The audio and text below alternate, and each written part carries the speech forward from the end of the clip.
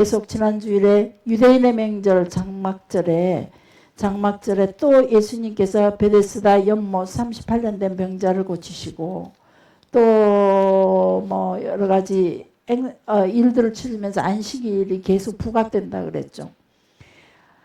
왜 수많은 사건들이 월화수목금토라는 일월화수목금이라는 이 여섯 개의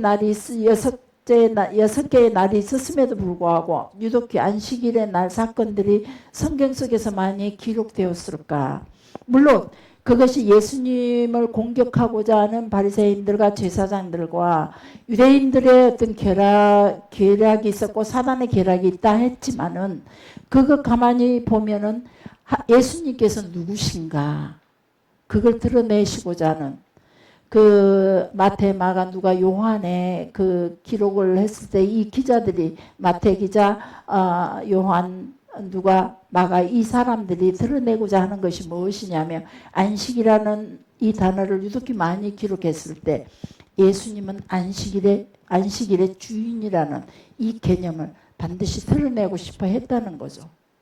그래서 우리도 어떤 예수님에 관해서 이야기할 때 단순히 우리가 신앙에 이야기하고 매주 또 우리가 목장 예배로 은혜 나누기 할 때도 역시 예수님을 어떻게 드러낼 것인가.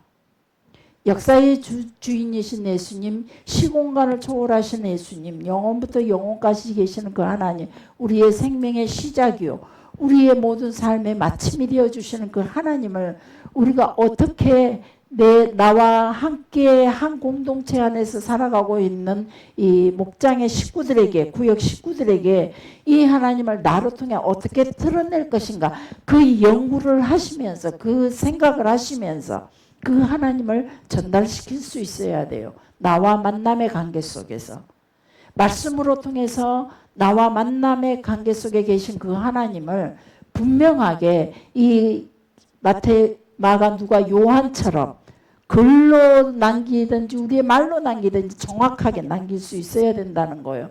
설교가 어떤 설교들은 가만히 들어보면 세상의 도덕적인 개념과 세상의 우리의 영혼의 육체의 힐링에 맞춰서 설교하는 내용들이 너무 많습니다. 우리 육체의 안일함에 맞춰서. 그런 설교들을 결코 살아있는 설교, 우리의 영을 살리는 설교라고 할 수가 없다는 겁니다. 그래서 이 설교가 살아있다, 말씀이 살아있다, 내가 전하는 전도의 힘이 살아있다, 전도의 능력이 있다, 이런 전도의 그 우리의 말에 권세가 있다라고 말할 수 있는 것은 무엇이냐면 우리의 전하는 말로 통해 하나님을 제대로 내가 만나는 하나님이 제대로 증거가 돼야 된다는 겁니다. 나만의 그의 복음이라는 것은. 끊임없이 여러분들에게 마이크 하스펠을 가지고 있어야 된다라고 그랬죠. 나만의 복음이 반드시 있어야 된다는 겁니다. 내가 만나는 하나님이 어떤 하나님인지. 그래서 이 사복음서가 똑같이 예수님을 만났던 이야기를 그려주고 있어요. 어쩌면 마가나 누가는 예수님을 만나지 못했어요. 마가는 어릴 적 예수님을 만났겠죠. 근데 누가는 어느 시대냐면 사도 바울 시대 때 그가 일꾼으로 부름받아서 예수님의 복음을 알게 되죠. 그래서 베드로에게 들었던 아니면 자기 스승 사도 바울에게 들었던 그런 복음을 전하게 됩니다. 그들은 그렇게 들었던 복음을 전하면서도 분명히 자기만의 그 복음이 분명했다는 거예요.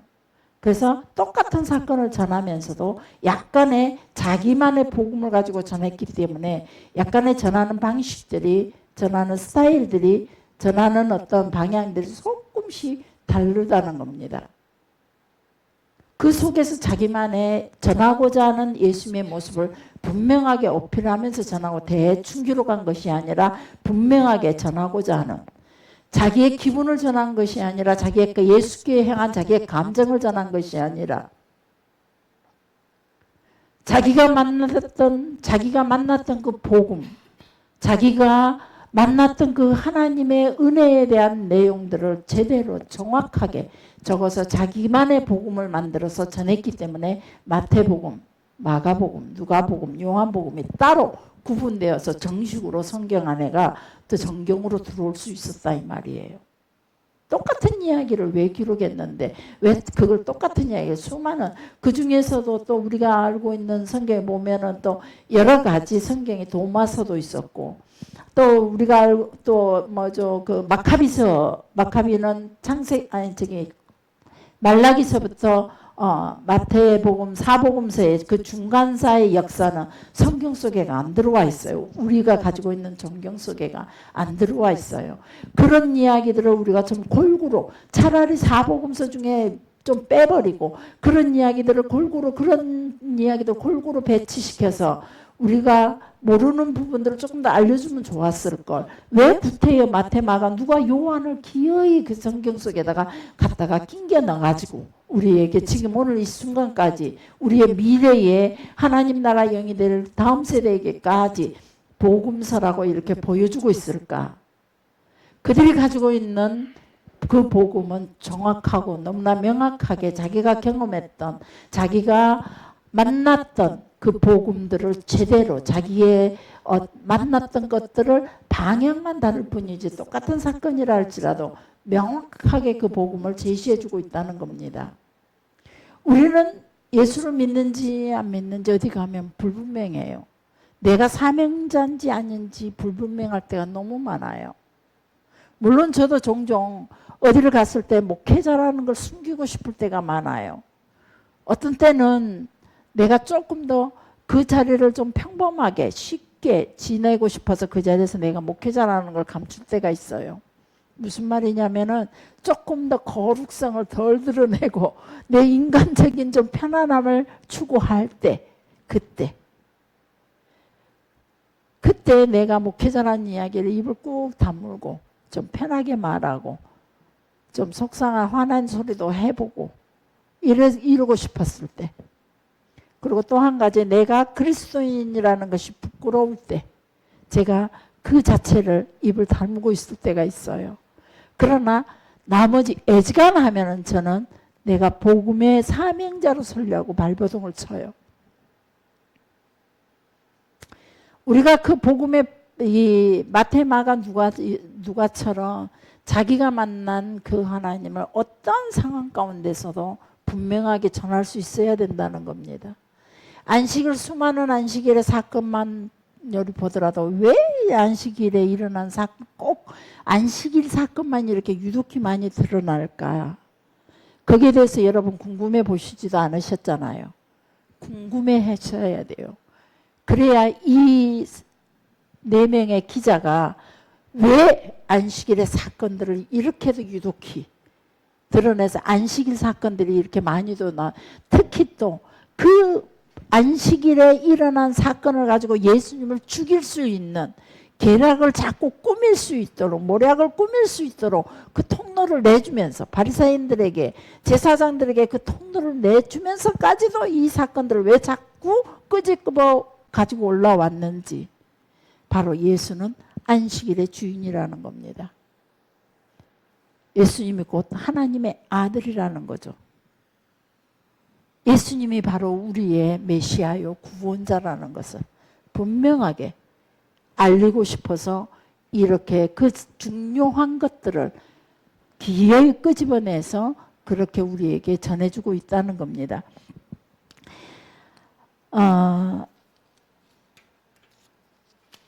그 다음에 이제 또 안식일에 보면은 이제 요한복음에 보면은 우리가 그 안식일 사건은 요한복음 5장 1절부터 8절 유대인의 명절 때 예루살렘에서 장소는 예루살렘입니다. 베데스다 연못에 38년 된 병자의 사건은 이 요한밖에 없습니다. 요한복음이 비교적 시간대별로 기록을 가장 잘 해놓은 것이 요한복음이에요. 마태복음에 보면은 산상수훈이 몇 장에 있죠? 그렇죠. 5, 6, 7이죠. 여러분, 우리 이제 뭐 올 연말에 또다시 성경 퀴즈를 준비하고 있는데, 이번에 또 이제 조금 더, 이제 뭐, 많은 사람들을 기대해 봅니다. 그런데 주로 수요일 성경 공부, 마태, 마가, 누가에서 통틀어서 같이 하나의 사건으로 끌어내서 그곳에서 문제를 제출하려고 애를 씁니다. 그러니까 이런 부분도 여러분들 기억해 두시는 게 좋아요. 그래서 머리가 아프죠. 마태, 마가, 누가, 요한이 통틀어서 나오니까 어떻게 할까. 그러나 한 줄로 세어보면 간단한 거예요. 복잡한 게 아니라는 거예요. 단지 이제 제출자가 어떤 의도를 가지고 질문을 하냐, 사지선다행이냐, 뭐 가장 간단한 게 사지선다행이겠지만은 그래도 자, 그 간단하게는 처음에 OX 문제 간단하게 내겠지만 나중 문제들은 좀 복잡해질 겁니다. 저도 머리를 싸매고 아마 들어가야 되니까. 네? 추워요. 여기는 무지하게 덥습니다. 자, 그래서 여기 안식일에 네 자리를 들고 걸어가라. 걸어가라. 이 계속해서 걸어가라라는 의미라 그랬죠. 펠파테이라는 말은 계속해서 걸어가라. 걸어가라. 그러니까 우리가 병자들이 고침을 받는 것이 그냥 갑자기 걷지 못한 안진뱅이가 벌떡 일어나는 게 아니라는 거예요. 전에 우리 목사님이 한번 설교 시간에 그런 얘기 한 적이 있습니다. 김익두 목사님. 성경에 보니까 안진뱅이가 일어나는 사건이 있었는데 자기가 우연히 시장에 전도하러 나갔더니 안진뱅이가 있더랍니다. 저 사람을 데려다가 나도 예수님이 예수님이 제자들이 고쳤던 것처럼 나도 고쳐봐야지. 그래서 김익두 목사님이 그 안진뱅이를 보듬고 골목 사이 사람 없는 데로 데리고 갔습니다. 한 푼 보태줍시오 하니까 그 데리고 가서 골목에다 데려놓고 주위에 사람이 있는가 없는가 살펴보고 예수의 이름으로 일어나 걸어라 그러니까 이 안진뱅이가 욕을 엄청 하더랍니다. 주라는 돈은 안 주고 이 구석에다가 갖다 처박아 놓고 예수의 이름으로 일어나 걷지도 못하는 사람을 자꾸 일어나 걸으라고 소리를 지르니 이 미친놈아, 네 소식 내가 진작 들었다. 나를 빨리 벌어먹게 그쪽에 데려다 놓으라고 막 소리 지렀대요. 그러니까 안 되니까 또 제자리에 갖다 놓고 그러고 나서 그 이튿날 또 집에 가서 또 기다려. 제가 전에 그랬거든요. 저도 분한 일이 생기면 전도하다가 분한 일이 생기면 대꾸를 못 오고 오면 집에 와서 저녁 내 기도를 해요. 잠을 못 자요. 그 사건이 머릿속에가 남아가지고. 그래서 그 뒷날 기어이 나보다 무서워 보이는 사람을 뒤에다가 딱 장착을 하고 싸움 잘하는 집사님이 있었어요. 그때. 그래서 그 집사님을 뒤에다 장착하고 그 집을 또 쫓아가요. 그래서 기어이 그 사람에게 또 막 복음 내가 전하고 싶은 복음 제시하고 와버려야 돼요. 교회 나가고 안 나가고는 그 사람 목이었고. 네, 이 김우수 목사님도 깡패였던지라 근성이 보통이 아니었죠. 그래서 또 쫓아갔어요. 가고 또 보듬고 가니까 또 이 안전뱅이가 또 날린 거예요. 그래서 또 했어요. 그렇지만 또 일으키지 못했죠. 어떤 병자를 고친다는 게 저도 과거에 보면은 병자를 고친다 하루아침에 그렇게 벌떡 그 순간 우리가 마술을 보면은 춤추다가 옷이 확 바뀌는 거 전속에서 그냥 춤추다가 옷이 딱 바뀌고 파란색으로 바뀌고 노란색으로 바뀌는 이런 기적이 아니라는 겁니다. 분명히 과정이 있다는 겁니다. 믿음의 그 과정이. 우리가 하나님께 보여야 할 그 과정들이 있어요. 그래서 헬루증하는 여인도 그 과정을 보여줬죠. 본인 스스로가 사람들이 냄새 나는 그 부정한 여인이 그 사람들 사이에 유대인들 사람들 사이에서 낑기고 들어왔으니 쫓겨났을 거 아니에요. 이 부정한 여인아 네가 우리 옆에 예수님께서 계속 죄인들과 같이 밥을 먹고 식사를 하시고 그들에게 복음을 전하고 그들과 함께하는 그 자리도 늘 바리새인들이라든가 제사장들이 계속 공격을 하고 있잖아요. 왜 죄인들과 함께하고 있냐고.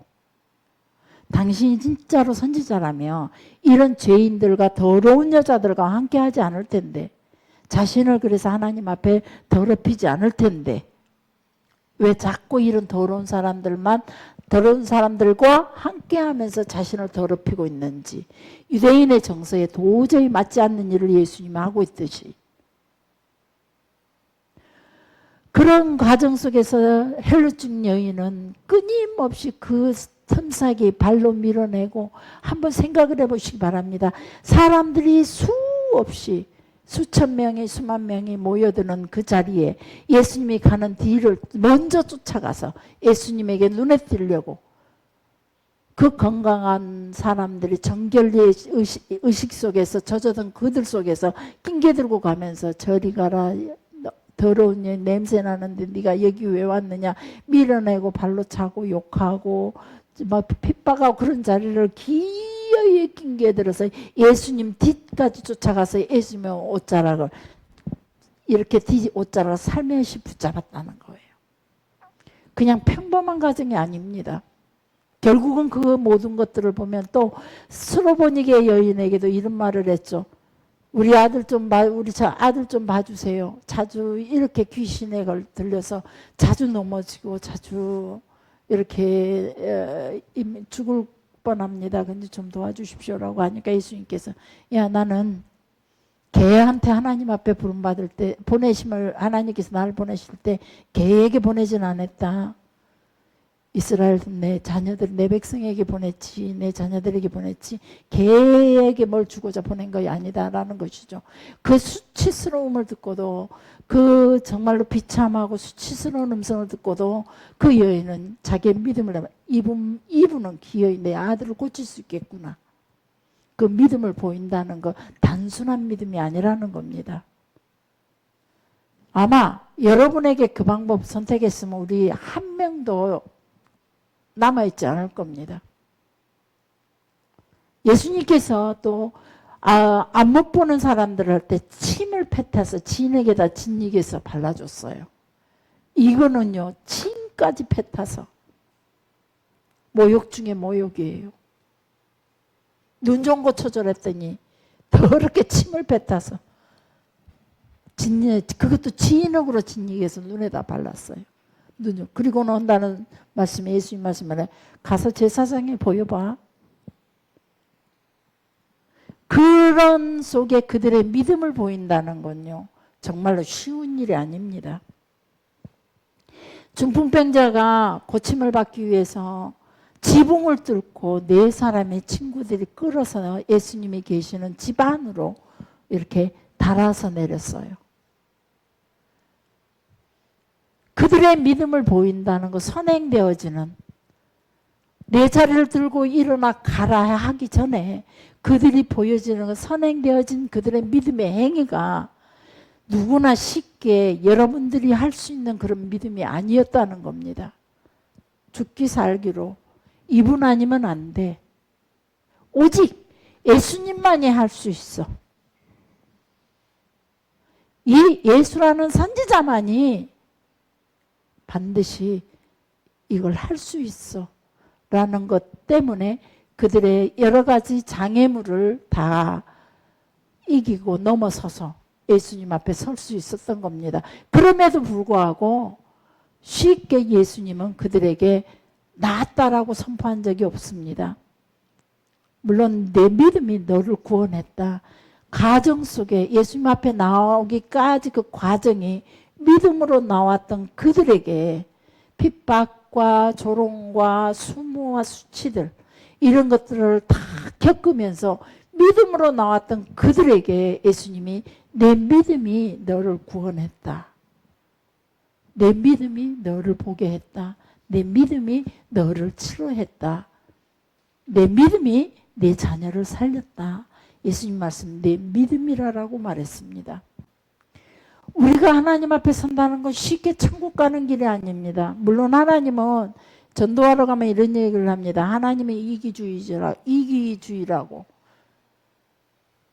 하나님 세상을 사랑한다면서 어떻게 당신 앞에 예수 믿는 사람들만 천국으로 데리고 가냐. 그리고 예수 안 믿는 사람들은 왜 지옥으로 보내냐. 여러분에게 이런 얘기 했었죠.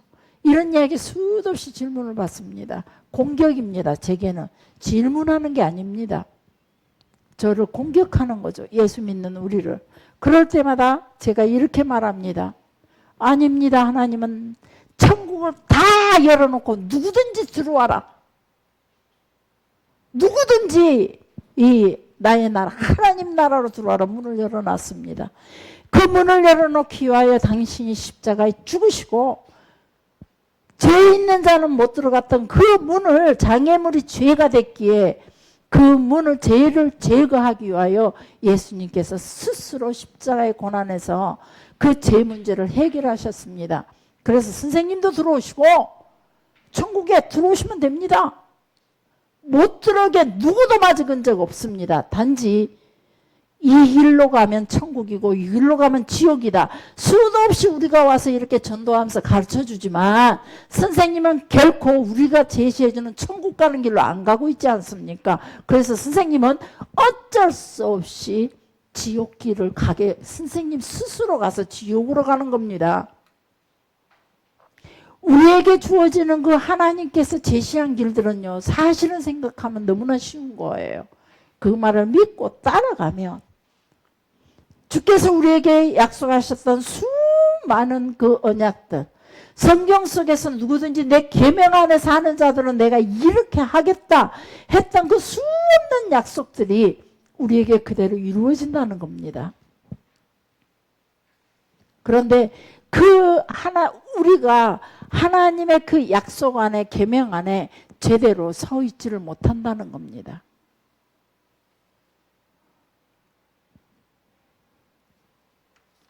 기적과 이적이 우리의 삶 속에 우리 것으로, 내 것으로 누릴 수가 없다는 겁니다.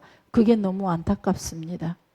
물론 때로는 선지자들, 하나님께서 또 뭔가를 보여주기 위해서 시청각 교육으로 우리에게 때로는 고난이라는 거 있습니다. 우리 삶 속에 우리의 하나님의 그 정결한 영을 보존하기 위해서 우리에게 불순물이 들어오고 그랬을 때, 그럴 때는 우리를 흔들기도 하십니다.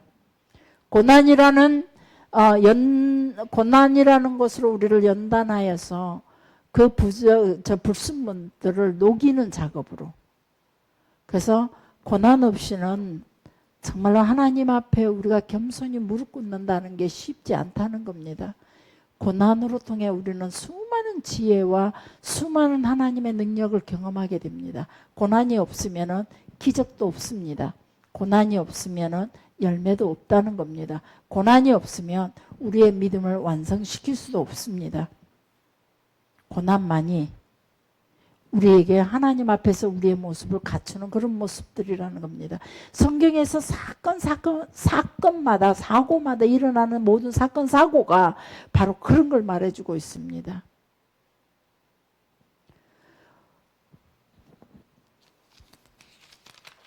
그래서 하나님 앞에 그 고난으로 통해서 기적의 하나님을 만나게 되고, 그 고난으로 통해서 나를 부르시고 생명을 주시는 그 하나님을 만나게 되고, 나를 치료하시고 세우시는 그 하나님을 만나게 되고, 그 고난으로 통해서 우리가 하나님의 그 축복을 경험하게 되고 누리게 되는 거죠.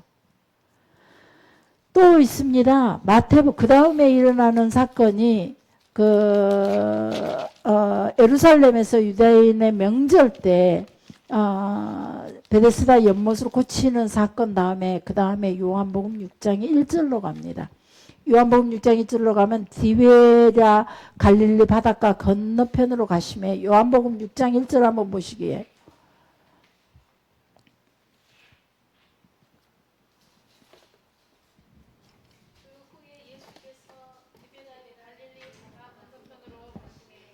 자, 여러분들 여기서 항상 생각해야 될 걸. 자, 디베라가 어디가 있을까? 어디가 있어요? 그 옆에가 나왔죠. 디베라는 갈릴리 바다 건너편, 디베라 갈릴리 바다 건너편이라 그랬어요. 그러면 갈릴리 바다는 저 어디냐? 저 북쪽이에요. 그래서 우리가 예수님의 사역 중에 하나는 아래 예루살렘 쪽이냐, 아니면 저 위쪽 갈릴리냐, 둘 중에 하나인데, 조금 전에 성경의 요한복음에서 보니까, 요한복음 5장에 보니까 예수님이 계신 곳이 어디냐? 예루살렘이었는데, 6장에서 보니까 언제 왔는지는 그 시기가 정확히 찾을 수는 없지만은, 바로 또 예수님은 벌써 갈릴리로 가셨다는 거예요. 특별한 정보가 언제 가셨는지는 기록해주고 있지 않아요. 그런데 이 갈릴리로 가셔서 일어난 사건이 뭐냐면은 마태복음 12장 9절부터 13절, 안식일에 손 마른 자를 고치시게 됩니다. 이 사건이 마가복음에 갈릴리 지역 사건들은 마태, 마가, 누가의 대부분이 공통적으로 기록됩니다. 그래서 마가복음 3장 1절부터 6절에도 안식일에 손 마른 사람 고친 사건이 있습니다. 누가복음 6장 6절부터 11절에도 고칩니다. 이때 유명한 말을 하게 되죠. 안식일에 양이 빠졌으면 당연히 구덩이에서 끌어내야 옳지 않느냐. 사람이 양보다 더 중요하고 귀하다. 꼭 기억하십시오. 예수님께서 안식일에 예수님의 병든 자를 고쳤다고 공격하는 바리새인들에게 하셨던 말씀 중에 어느 사건 때 안식일에 양이 빠졌으면 안 건져줄, 우물에 빠졌으면 안 건질 사람이 누가 있냐. 당연히 양이 우물에 빠졌을 때 안식이라도 그 양을 끌어내면서 어떻게 안식일에 죽어가는 영혼들을 내버려둘 수 있냐. 병든 영혼들을 고쳐줄 수밖에 없다라고 대답을 하십니다. 그래서 이 질문에 또다시 이런 질문도 합니다. 안식일에 선을 행하는 것이 옳으냐? 옳지 않느냐? 당연히 안식일에 선을 행하는 게 옳다.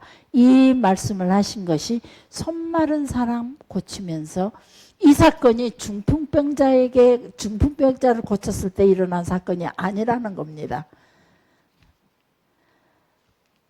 그러면 마태복음 12장 20절 말씀에도 상한가 갈대를 꺾지 아니하시고 꺼져가는 심지도 끄지 아니하시는 하나님의 그 사랑을 우리가 대변하듯이 이 말씀에서도 같은 말씀을 의도로 말씀하십니다. 성경에 보면은 세 종류의 갈대가 있습니다. 그중에 우리나라에서 흔히 보는 그런 갈대도 있습니다. 그리고 대나무라고 할 정도로 굵고 단단한 갈대가 있습니다. 고대 그 지붕을 엮는 갈대로 많이 씁니다. 그 갈대는. 그래서 그 갈대는 길이를 측정하는 자로 많이 사용했답니다. 그 갈대가. 그래서 이런 갈대들이 보통 강가나 습지나 그런 곳에서 흔히 자라는 갈대입니다. 그리고 이제 애굽의 파피루스가 있습니다. 갈대라고 부르지만은 애굽의 파피루스, 고메라는 이름을 가지고 있는 파피루스도 있고 그런 것들이 종종 성경에서 기록돼 나옵니다. 그래서 갈대라 그러면 다 똑같은 갈대가 아닙니다. 그리고 혹시 제가 우리 그때 옛날에 천막으로 교회가 있을 때에 그때 하나님 앞에 기도했던 것이 종종 이 갈대를 성경에서 갈대를 읽을 때마다 단어가 눈에 보일 때마다 그때 생각이 저는 자주 일어납니다. 왜냐하면 천막으로 있었을 때 교회를 오시고 그때가 참 가장 제 인생이 비참하고 힘들었고 내일이 보이지 않았던 내일을 설계할 수 없었던 시간이었습니다. 논바닥 위에 천막은 쳐놓고 아무것도 보장되지 않는 그런 시간 속에서 하나님 앞에 기도하면서 제가 성도님들을 위해서 이런 기도를 했습니다. 하나님, 우리 교인들이 왕궁에 화려한 옷 입은 사람들을 구경하러 이곳에 오지 않습니다. 흔들리는 갈대를 보러 이곳에 오지 않습니다. 이 교인들이 이곳에 오는 이유는 무엇이냐? 오직 하나님께 예배하기 위해서 오고 살아계신 하나님을 만나기 위해서 이곳까지 옵니다. 많은 숫자는 아니지만 그래도 이들이 이곳에 왔을 때는 하나님을 만나기 위해서 오니 하나님 우리같이 보잘것없고 흠모할 것이 하나도 없는 우리가 그들에게 무엇을 보여줄 수 있습니까? 하나님께서 직접 이들을 만나주세요. 성령을 부어주세요 라고 기도했습니다. 그 기도가 하루도 빠진 적이 없습니다. 주야로 기도했습니다. 밤마다 성전에서 지냈고 어차피 뭐 잘 곳이 집도 없이 그랬으니까요. 뭐 그런 생각, 그 기도 끝에 하나님께서 우리 교회에 성령을 붓기 시작하셨습니다. 놀라운 기적이었죠. 그 놀라운 기적으로 성령이 붓기 시작하면서 이단 소리도 들을 만큼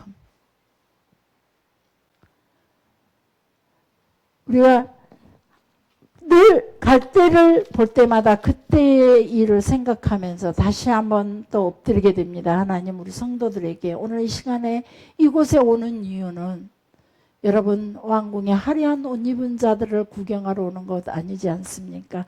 강강을 구경하러, 흔들리는 갈대를 보러, 자연 만물을 보면서 자신들의 영적인 영육간에 힐링을 얻고 안식을 얻고자 오는 것이 아니라 오직 하나님 만나러 옵니다. 하나님께 잘 보이고 싶어서 이 시간 주님 앞에 특별한 시간으로 하나님 앞에 부르심의 음성에 따라 이 자리에 앉아 있습니다. 하나님, 이들을 만나 주십시오. 저들이 원하는 것, 저들이 바라는 그 선에서 하나님 저들을 만나 주시고 하나님께서 저들을 사랑한다는 그거 보여주시고 알게 해달라고 기도하고 있습니다. 그리고 이제 이 사건 후에 손마른 자를 고치시고 이 사건을 기록한 다음에 그 다음에 예수님께서 드디어 12제자를 확정합니다. 마태복음 10장 1절부터 4절, 마가복음 3장 13절부터 19절, 누가복음 6장 12절부터 16절. 이때 예루살렘에서 첫 번째 예루살렘에서 첫 번째 유월절에 내려가서 안식일에 그 여인을 베데스다 연못에 38년 된 병자를 고치시고 나서 그 다음에 언제 올라오셨는지 모르지만은 그 사건에는 특별한 거, 늘 예루살렘 쪽이 됐든 갈릴리 쪽이 됐든지 간에 바리새인들과 제사장들과의 서기관들과의 이 계속이 청문회 같은 공격적인 어떤 그런 대화들은 늘 있습니다. 그렇지만 그런 사건들 외에는 이번 예루살렘에 내려가셨을 때는 큰 사건들은 예루살렘 성전 청결 사건 내에 또 이 베데스다 연못의 사건 내에는 큰 사건이 없습니다.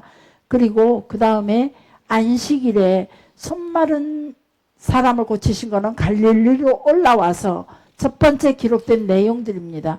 그 갈릴리 손마른 사람을 고치시는 이 기적 다음에 12제자를 확정합니다. 12제자. 자, 12제자를 머리에 외우고 계십니까?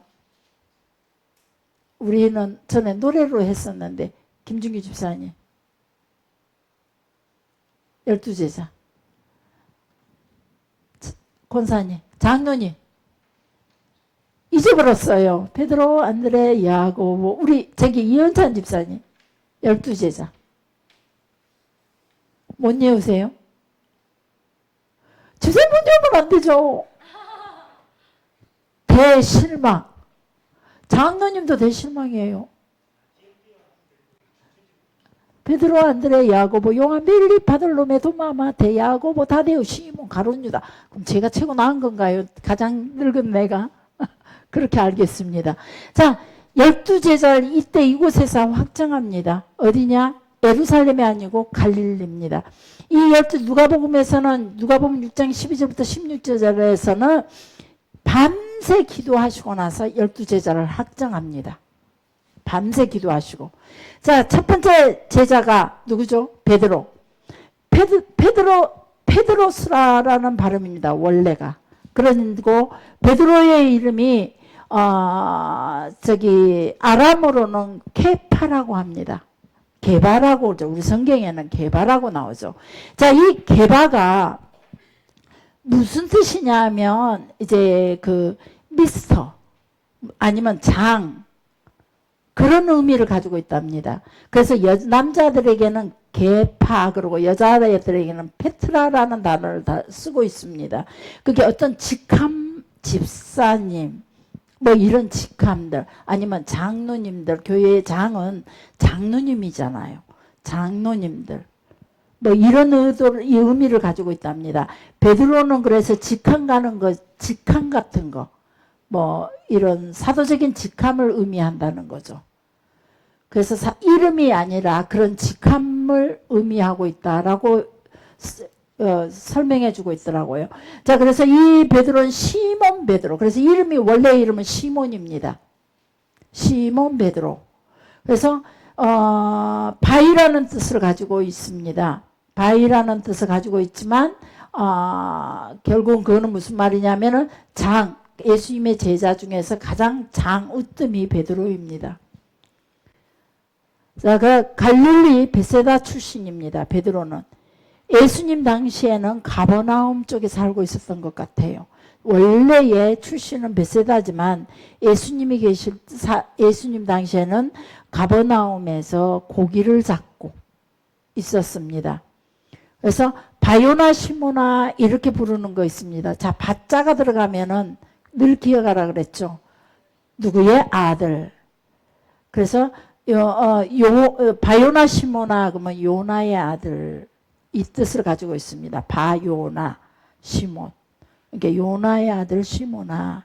그래서 그런 것들 성경에 읽었을 때 바라바 했을 때는 누구의 아들 이렇게 표현한다 그랬죠. 자, 그리고 그 다음에 이제 장모님을 있는 것 장모님이 계신 것 보니까 이분은 결혼을 했어요. 예수님 제자들 중에. 다른 데는 뭐 장모님 있단 말이 없는데 여기만 장모님 있다 그랬어요. 결혼을 했고 갈릴로스에서 어부로 살았고 세례 요한의 제자로 있었어요. 원래 이 사람은 세례 요한의 제자였어요. 그러다가 세례 요한이 예수님을 소개하자 예수님의 제자로 돌아서서 예수님의 제자가 됐었고 예수님의 가장 으뜸이 가는 제자였습니다.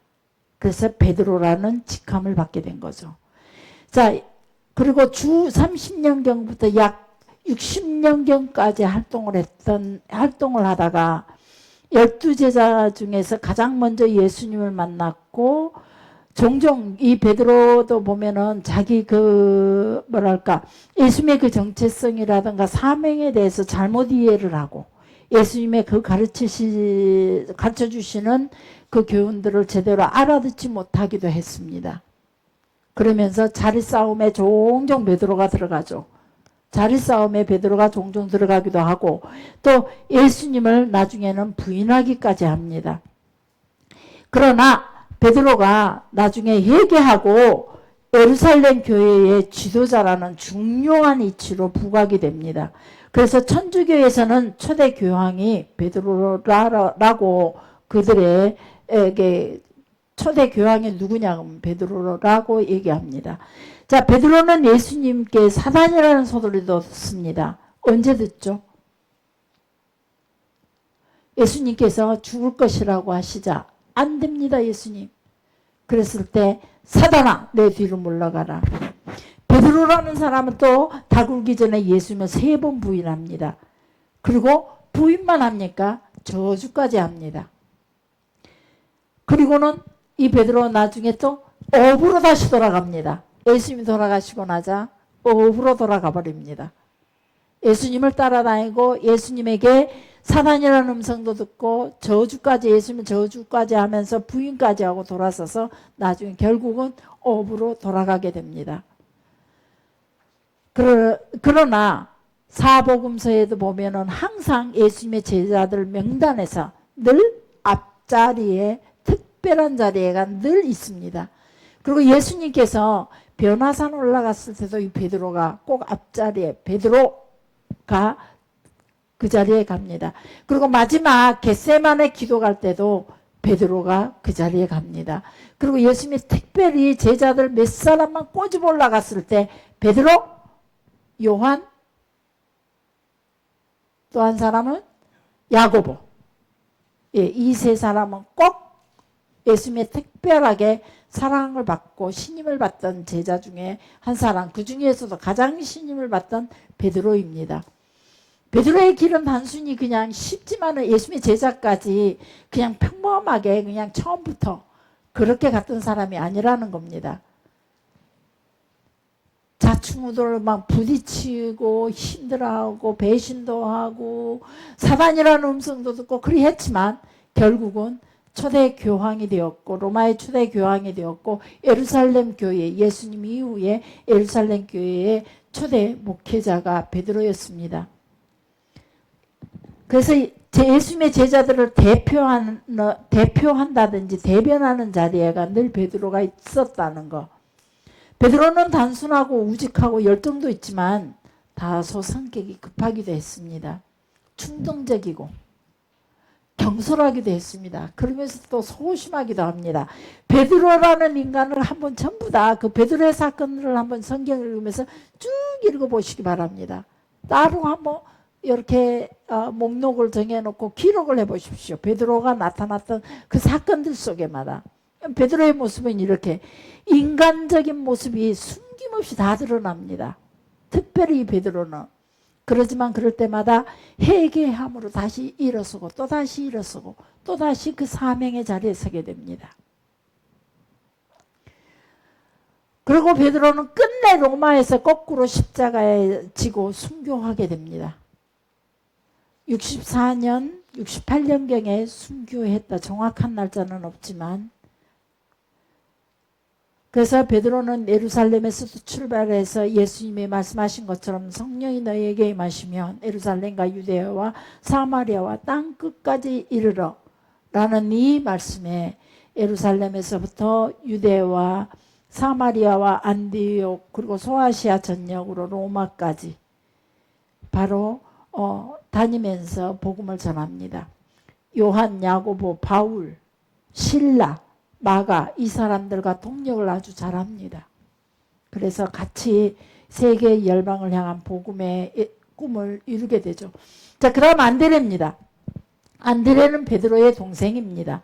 갈릴리 어부, 당연히 갈릴리 어부였고요.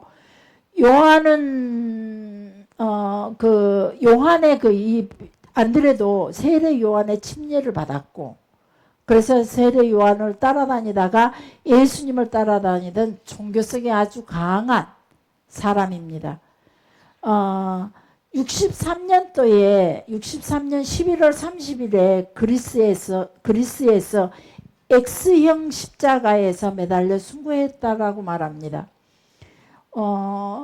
그 오병이의 기적에도 어린아이 도시락을 가져왔던 것이 바로 안드레였습니다. 그 믿음의 이 도시락 가지고도 예수님께서는 충분히 뭘 하실 수 있다라고 생각했던 것 같아요. 그리고 역시 그리고 또 본디오 빌라도의 총독 부인 있죠. 본디오 빌라의 총독 부인이 본디오 빌라의 총독에게 예수님에게 저 의로운 사람에게 당신이 그 어떤 것도 하지 말아라 라고 얘기를 하죠. 이 부인을 전도했던 사람이 바로 안드레가 전도했답니다.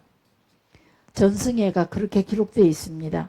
그래서 소아시아 흑해 연안 지금 러시아 쪽 우크라이나라든가 그리스 지역을 이 안드레는 사역을 했었고 그리스에다가 교회를 설립을 하고 그리고 끝내 순교하게 됩니다. 그 다음 야고보입니다. 야고보는 세베대의 아들입니다. 예수님과 이중사촌이죠. 요한복음 19장 25절에 보면 그 이모라고 기록해주고 이모라는 단어가 기록되고 있는데 그것이 바로 야고보의 엄마였습니다. 보아네게 곧 우리의 아들이라는 별명을 가진 만큼 천둥의 아들이라는 별명을 가진 만큼 아주 충성과 열정적인 사도였죠. 정의감도 있었고 열심히 있었고 그래서 교회의 기둥 같은 역할을 하게 되죠. 갈라디아서 2장 9절에도 이 사람에 대해서 기록해 주고 있습니다. 야고보라는 것은 우리가 발꿈치를 잡고 태어났던 야곱 있죠. 같은 이름의 어원이랍니다. 그래서 발꿈치를 잡는 자, 뒤따르는 자, 이 뜻이 야고보라는 의미가 있고 야곱도 같은 이름의 어원이랍니다. 그래서 히브리어로 야곱이고 헬라어로 야고보랍니다. 세베대의 아들이면서 형제는 요한입니다. 요한과 야고보는 예수님과 이중사촌 관계라는 거예요. 자, 44년 예루살렘에서 순교당합니다. 헤롯 아그리파 1세에 의해서 칼에 맞아서 순교를 당하는데 사도행전 12장에 기록되어 있습니다. 제자 중에 가장 먼저 순교했던 사람이 야고보랍니다. 자, 그 다음에 요한입니다. 사랑의 선지자라 그러죠. 요한복음을 기록했고 요한 1서, 2서, 3서를 기록하고 요한계시록을 기록했던 사람입니다. 예수님 세례 요한과 마가 요한은 다릅니다. 따로 있습니다. 요한이 따로 있고 예수님의 제자 요한이 따로 있고 마가 요한이 따로 있고 세례 요한이 따로 있습니다. 이름은 같지만 그래 각각 따로 구분하셔야 돼요. 자, 세례 요한은 예수님보다 6개월 먼저 태어났고 일찍 순교합니다. 예수님이 막 활동 시작하자마자 세례 요한은 헤롯에 의해서 죽게 되고 마가 요한은 사도행전 사도 베드로 바울 시대 속에 활동했던 사람입니다. 이 사람이 마가복음을 썼습니다. 자, 그다음 이 요한은 야고보의 형제로 어부 출신이고 이모의 아들이라는 거. 그러나 예수님께 특별한 사랑을 받던 제자였습니다. 집은 갈릴리였고 급하면서도 사랑이 많은 성품이었습니다. 그래서 어머니가 어떻게 야고보의 어머니가 누구냐면 살로메라는 이름이 나오죠. 살로메. 그 살로메의 두 아들 중 살로메가 그 어머니 살로메가 두 아들 중 하나는 우편에 하나는 좌편에 이모가 예수님을 조카 예수님에게 찾아와서 예수님의 나라가 세워지게 되거들라 하나는 우편에 하나는 좌편에 이걸 요구하죠. 자, 그리고 예수님이 십자가에서 죽으시기 전에 어머니 마리아가 십자가 앞에 있을 때 십자가 위에서 이렇게 말합니다. 여자여 보소서 아들입니다. 소개했던 사람이 바로 이 요한입니다. 이 요한이 이때부터 그리고 요한에게 제자에게 그 십자가 앞에 선 제자에게 이렇게 기록해주고 있습니다. 그 제자에게 내 어머니다 라고 소개를 하게 되죠. 그것이 바로 이 요한이었다는 겁니다. 이때부터 요한은 예수님이 돌아가시고 난 이제 십자가에 죽으신 뒤부터 예수님의 어머니 마리아를 복양하면서 살아왔었고 로마 황제 도미티아누스 황제 때 밤모섬으로 유배당합니다. 그 유배당해서 밤모섬에서 요한계시록을 기록했고 그리고 나중에 풀려납니다. 풀려나서 에베소 교회에서 사역을 하다가 유일하게 예수님의 제자들 중에 순교하지 않고 자연사한 사람이 바로 이 요한입니다. 노령으로 에베소에서 죽게 됩니다. 약 94세까지 살았다라고 합니다. 90세 넘도록. 그래서 유일하게 노령으로 자연사한 사람이 요한이고 그 다음 빌립입니다. 이 빌립은 나다나엘의 친구죠. 그래서 나다나엘 친구를 예수님께로 인도한 사람이 빌립입니다. 적극적으로 예수님의 그 선교 활동에 나중에 제자들의 선교 활동에 활동하기도 했죠. 소아시아, 프리지아 지역이라든지 그런 이방인을 상대로 사역을 했던 사람이라고 합니다. 이 빌립의 딸들이 선교에도 동참했다고 합니다. 그 사도행전에 보면은 빌립에게 딸들이 있었는데 예언하는 자들이 있었다 그랬죠. 이것이 이 빌립의 딸이라고도 말하기도 합니다. 자, 54년경 소아시아 히에라폴리스에서 십자가의 형으로 매달려 돌에 맞아서 87세 때 순교당합니다. 예수님의 제자들은 대부분 순교당하죠. 전부 다 순교당하고 요한만 빼고 에티오피아 여왕 신하 간다게를 전도하기도 했고 사도행전에 보면 근데 이 빌립은 약간은 예수님의 능력을 신뢰하기보다는 인간의 논리로 어떤 일들을 해결하고 하는 그런 모습을 많이 비춰주고 있습니다. 빌립이. 그러나 나중에 성령의 은혜를 입고 난 뒤로는 완전하게 그 성령의 은사로 통해서 변화되어 복음에 나서게 됩니다. 여전히 추워요. 그럼 바돌로메입니다. 돌로메의 아들입니다. 돌로메의 아들 나다나엘입니다. 가나 출신입니다. 저 위쪽 갈릴리 가나 출신. 직업은 어부로 추정하고 있다고 합니다. 그래서 무화과 나무 아래서 성경을 묵상하다가 빌립을 만나서 예수님의 전도를 받게 되죠. 자, 아르메니아, 페르시아, 소아시아, 불기아 이 인도 쪽에까지 가서 전도를 하게 됩니다. 그래서 에티오피아도 가서 이방인을 상대로 사역을 했었고, 이 사람도 역시 십자가에 매달려서 죽게 되고, 십자가에 매달려서 죽게 되면서 머리를 잘라 순교당했답니다. 이런 다 예수님의 제자. 그 다음 도마입니다. 디두모라고도 하죠. 갈릴리 출신은 어부로 추정하고 있습니다. 부활하신 예수님을 의심해가지고 옆구리에 손가락으로 만져보고 손가락으로 옆구리 찔러보고, 그리고 부활하신 예수님을 믿게 되죠. 의심이 많았던 사람. 그 도마서를 기록합니다. 천주교에서만 이 도마서를 인정하고 우리 정경에서는 도마서가 없습니다.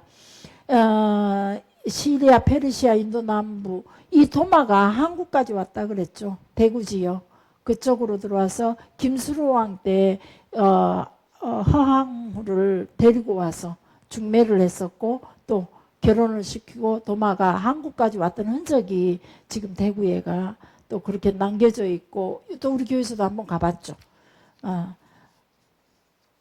그래, 하여튼 도마가 여기 한국에까지. 그래서 우리나라가 사실은 복음이 불교보다는 기독교가 먼저 들어왔다는 겁니다. 그리고 그 후에 삼국시대 때 이제 불교가 들어오게 됐죠. 그래서 훨씬 더 우리 그때 기독교를 제대로. 그래서 거기 가서 보면은 성찬식 했던 그런 그릇들이랑 여전히 지금도 유물로 남겨져 있습니다. 그리고 그 허황후의 무덤에도 가보면은 그쪽에서 왔다는 증거들을 많이 제시해주고 있더라고요. 같이 가보신 분들, 허황후 무덤은 아마 우리 목사님하고 저만 갔던 것 같아요. 우리는 대구만 갔다 왔죠. 그 다음 마태에 있습니다. 세일이죠. 마태가 레위 지파 출신입니다. 그래서 레위 마태라 불렀죠. 알페오의 아들로서 나사렛 출신입니다. 이 사람도 역시 에티오피아나 페르시아 쪽에서 사역을 하다가 창으로 찔러 순교당합니다. 이 사람은 재물 욕심도 많았지만은 그 재물 욕심으로 수단과 방법을 가리지 않는 현실주의자였지만은 나중에 마태복음을 기록하면서 그가 땅의 것이 아닌 하늘의 것을 바라보면서 살아가고 있는 그런 모습들을 우리가 충분히 마태복음으로 통해서 볼 수가 있습니다. 그 다음 야고보입니다. 알페오 아들 야고보, 마테오와 형제입니다. 세베대의 아들 야고보와 구분하기 위해서 이 야고보에게는 작은 야고보라는 이름을 불립니다. 야고보가 둘이죠. 알페오 아들 야고보와 또 그 이전에 세베대 아들 야고보. 그래서 이 세베대 아들 야고보와 알페오 아들 야고보를 구분하기 위해서 알페오의 아들 야고보에게는 어떤 성경에는 작은 야고보라고 불리기도 합니다. 로마에서부터 독립운동을 하던 열심당원이었답니다. 그런데 형 마태는 이제 로마의 세금을 바치기 위해서 동족 유대인들을 착취하던 매국노로 살았었고, 또 동생은 대신 반면 로마를 대항해서 시위하던 사람이었다는 거죠. 독립운동을 위해서. 그래서 형과 동생이 서로 대립하는 사이였답니다. 그런데 둘 다 예수님의 제자가 돼서 초대교회 일산교회에서 사역을 하다가 시리아 쪽으로 전도하러 가서 유대교파와 바리새파에 의해서 곤봉과 몽둥이로 돌팔매질 당해서 순교당했답니다. 끝까지 이제 겸손과 헌신으로 선교했던 사람입니다. 또 그 돌팔매질 당해서 순교당한 사람이 있죠. 스데반. 예수님의 제자로는 나중에 기록되어 있지만은 이 12제자 속에는 없지만 스데반도 돌팔매질을, 그것이 바로 산헤드리온 그 공의회에서 종교적인 법으로 죽이는 방법이 돌팔매질이죠. 안식일날 일하는 사람도 돌로 들어서 칩니다. 쳐서 돌팔매질해서 죽입니다. 가늠하다 잡힌 여자도 돌팔매질하다서 죽이게 되죠. 이게 종교법으로 죽일 때에 그렇게 돌팔매질했답니다. 그 다음 다데오입니다. 유다 다데오라는 이름을 가지고 있습니다.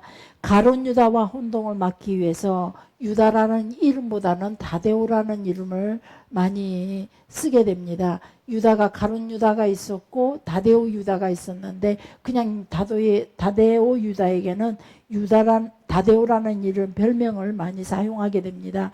이 사람도 역시 메소포타미아나 페르시아 지역을 걸쳐 이방인 전도를 하다가 시리아, 리비아 이런 곳에서 오고 페르시아 쪽에서 몽둥이에 맞아서 순교당하게 됩니다.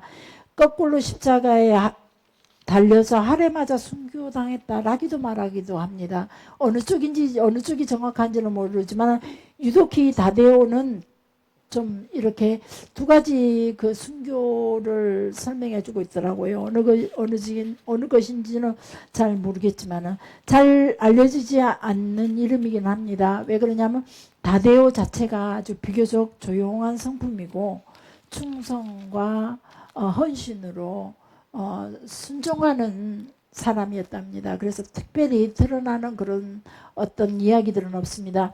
마지막 그 다음에 이제 가나안인 시몬이 있습니다.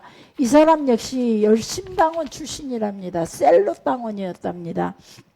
무슨 말이냐면 갈릴리 출신으로 반로마 무장 독립단체 단원으로 있으면서 독립운동을 위해서 열정적이었던 사람이었대요. 그래서 이 사람도 역시 페르시아나 북아프리카 지역에서 이방전도하다가 톱에 몸이 잘려서 죽었습니다. 순교당합니다. 톱에 몸이 잘려서 마띠아가 나중에 예수님의 제자로 제비 뽑게 되죠. 예수님 돌아가신 후에 사도행전에서 보면은 가룟 유다 대신 누군가를 세워야겠다라고 해서 제비 뽑아서 마띠아를 가룟 유다 대신 예수님의 12제자 안에, 그래서 우리는 가룟 유다 대신 마띠아가 나와야 된다는 거죠. 가룟 유다 대신 마띠아. 그래서 이 사람은 소아시아, 에디오피아 등 이방 전도를 하다가 에디오피아에서 돌에 맞아 순교당했다고 합니다. 60년경에.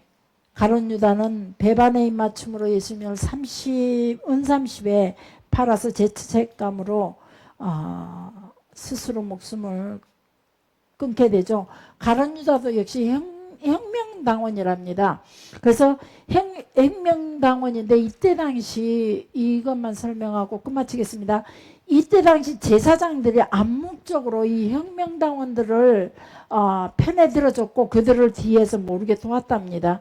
이 혁명당원들은 주로 로마를 대항해서 살았는데 대제사장들이 로마에서 이렇게 인준을 받아서 자기들이 대제사장직을 하면서 그러면서 은연중에 로마에다가 고개를 숙이면서도 뒤에 혁명당원들을 뒤에서 모르게 이렇게 조력을 해줬다는 거죠. 그래서 가룟 유다가 이번 성경에 보면 이번 명절 때 예수님 죽이지 말자, 대제사장들과 바리새인들이 결정을 내리기를 이번 명절 때 예수님 죽이지 말자라고 결정을 내립니다.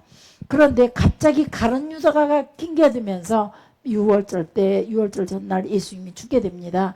그래서 가룟 유다가 갑자기 그 대제사장과 결탁이 가능했던 것이 바로 가룟 유다는 혁명당원으로서 대제사장과의 미리밀 어떤 관계들을 원래가 밀접한 관계들, 은밀한 관계들을 가지고 있던 사람들이었다는 거죠. 그래서 대제사장을 찾아갈 수 있었고 대제사장에게 은삼십을 받고 예수님 파면서 오늘 밤에 예수님 조용하게 밤중에 아무도 모르게 일반 민중들이 무서워서 예수님 죽이는 걸 주저했던 대제사장들에게 가서 오늘 밤에 예수님이 이렇게 겟세마네 동산에서 조용하게 제자들과 함께 기도하는 시간이 있다. 그때 가서 내가 입맞추는 자가 예수님이다. 밤이라 사람을 잘 모르니까 내가 예수님께 입맞추는 자가 예수님이다. 그래서 그 사람을 잡아라 라고 가룟 유다가 예수님을 잡는 데까지 따라오게 됩니다. 그리고 입맞추고 그날 밤에 데리고 가서 그 밤에 새벽에 잡혀가시면서 그 새벽에 그냥 예수님을 재판을 하게 되는 거죠. 백성들이 일어나기 전에 백성들이 모르게 재판을 하고 그 다음 9시에 십자가에 달리고 오후 3시에 돌아가시게 되죠. 이런 급작스럽게 일어납니다. 원래 예정되지 않았던. 그러게 가룟 유다가 혁명당원으로 있으면서 제사장들과 은밀한 관계가 있었기에 가능한 작품이었다라고 역사가들이 설명하고 있더라고요. 자, 오늘은 예수님의